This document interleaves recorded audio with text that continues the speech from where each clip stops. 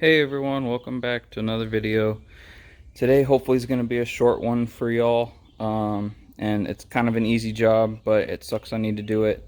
My cooling fan went out on the Dart the other day, and I just got a replacement in, and I wanted to show y'all how to take it out without having to drain the radiator. Based on the one other video on YouTube I could find about this, it was super easy to get out without draining the engine coolant. So here's all I wanted to show y'all, but also I'll just give you a quick step-by-step. It's super easy. First, we have two 8mm fasteners. They're already out, but I'm going to show you where they're at. So right here, right underneath the upper radiator hose, literally an inch down, there's going to be a fastener, and then on the passenger side, it's a little farther down. There it is, right here. There's gonna be an 8mm fastener, and that's partial the way out. And then on the driver's side also, there's a wiring harness. Just use a long pair of needle nose. I think I have some here, I'll show y'all. So yeah, this is what I used to get down into the engine bay to pull out the two clips out. Once I pull it out, I'll kind of show you where they're at, but it's super easy. Just get down, grab it, and pop them out. It's just for the wiring harness running along it, so nothing major. And then one last thing, so this connector came off of my replacement. It's a used radiator, so I could show y'all. This right here is what you're gonna press down. That's all you gotta do, and pull, but it's on there very, very, very tight. So you're gonna need to use quite a bit of your upper body strength to pull this off. But yeah, there's that. Now I'll show you how to get it out. Super easy. Actually, before I get it out, I forgot to mention, it's gonna help if you go underneath the car. Let me show you. And drop. Let me see how I'm gonna do this here. Go underneath the car and drop part of the lower closeout panel.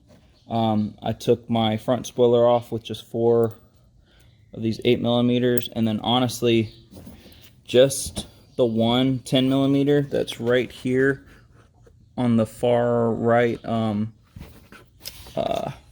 guess, right here. Take that one out, and it's going to give you enough room, if you can see that, to be able to push your radiator down and radiator fan and down and get it out. I'll show you now. Okay, now I'm going to show you all how to take it out. Super easy. First you want to lift it up. There's some clips down in the bottom that it's just resting in. So up, and then what you need to do now is drop the passenger side or the driver's side down, just like that. Okay. And because you've unhooked your wiring harness, there's nothing really on the way there. Okay, you're gonna push it down as far as you can, because what you're trying to get around is this clip right here. But now that you've pushed it down, you can literally just pull it up and over to get it out. And I'll show you that with 2 hands. All right, with 2 hands. So push down. That gives you the room you need to then pull out just like that. So yeah, 2 hands, but there you go. And that's how to take out your Dodge Dart radiator fan without draining the coolant, as per the one other video on the internet I saw. But I'll show you how to put it back in just a sec. Alright, we're back. I got my new / used one. I got this on eBay. Just getting a OEM one on eBay I feel like was a much better deal than trying to buy one used from the Dodge dealership. They wanted $700, and getting an aftermarket one, it was hit or miss. Some of them say they were for certain years, and I didn't want to risk getting the wrong one, so it was just worth getting a used one on eBay, and this one was $125. But now install is the same as reverse. First, stick your driver's side down. All right. And now we're sitting on top of the lower radiator hose. We need to get around it. So what we're going to do is just push it down a little farther, and just like that, you're good to go. And it seats really easy in the lower clips. Just pick it up, push it in and down, and it sits right in there. So there you have it. There's Dodge Dart radiator fan change. At this point, just reattach your fasteners and your wiring harness if you can.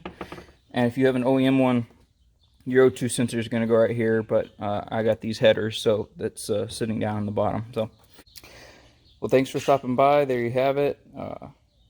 If you liked the video, please let me know if you found it helpful.